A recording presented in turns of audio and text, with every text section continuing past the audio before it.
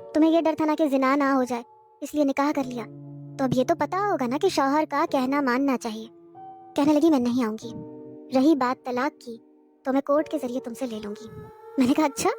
یہ بات سن کے میں ہنسنے لگا، پھر اس کے پاس آیا، اس کے خوبصورت چہرے پر اپنے ہاتھ کی پشت جیسے ہی پھیرنے لگا، اس نے میری کلائی زور سے پکڑ کے میرا ہاتھ پیچھے جھٹکا۔ اس سے پہلے کہ وہ باہر جاتی میں نے اسے بازو سے پکڑ کے اپنے قریب کیا۔ میں نے کہا رسی جل گئی مگر بل نہیں گیا، ایک تھپڑ کا خمیازہ تم ابھی بھگت کے جا رہی ہو، پھر دوبارہ مجھ سے بچنے کی کوشش کر رہی ہو، سوچو اس کا انجام کیا ہوگا۔ کہنے لگی زیادہ دھمکانے کی ضرورت نہیں ہے۔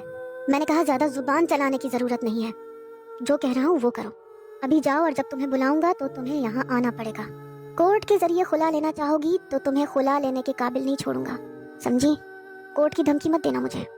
وہ میرے کمرے سے جا چکی تھی، میں دوبارہ بیڈ پہ لیٹ گیا، لیکن اس کے بعد جو کچھ میرے ساتھ ہوا میں تو تصور بھی نہیں کر سکتا تھا۔ پتہ نہیں اس لڑکی میں اتنی اکڑ کیوں تھی، میں کون سا اس کے ساتھ زندگی گزارنا چاہتا تھا، میری ایسی کوئی خواہش نہیں تھی، لیکن جس طرح سے وہ مجھ سے طلاق مانگ رہی تھی مجھے ایک ضد سی ہو گئی کہ اسے اتنی آسانی سے طلاق نہیں دوں گا، اسے اچھی طرح سے استعمال کروں گا جب تک میرے اندر کی پیاس نہیں بجھ جاتی۔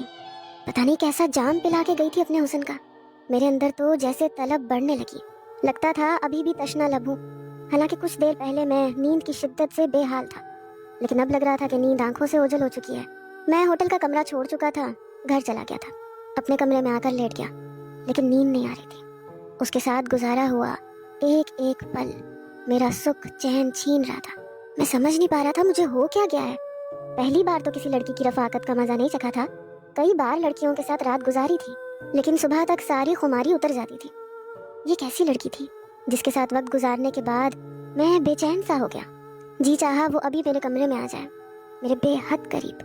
میں اس کی قربت کو مس کر رہا تھا، آنکھیں بند کر کے اس کے لمس کو محسوس کرنے کی کوشش کر رہا تھا، اچھا لگ رہا تھا اسے سوچنا، اسے محسوس کرنا، شدت سے دل چاہ رہا تھا کہ اسے اپنے اندر اتار لوں، اپنے اندر کہیں سمو لوں، اپنی روح میں اتار لوں، اس کا چہرہ، اس کے لمبے گھنے بال، اس کی روئی روئی آنکھیں، آنکھوں میں پھیلا کاجل۔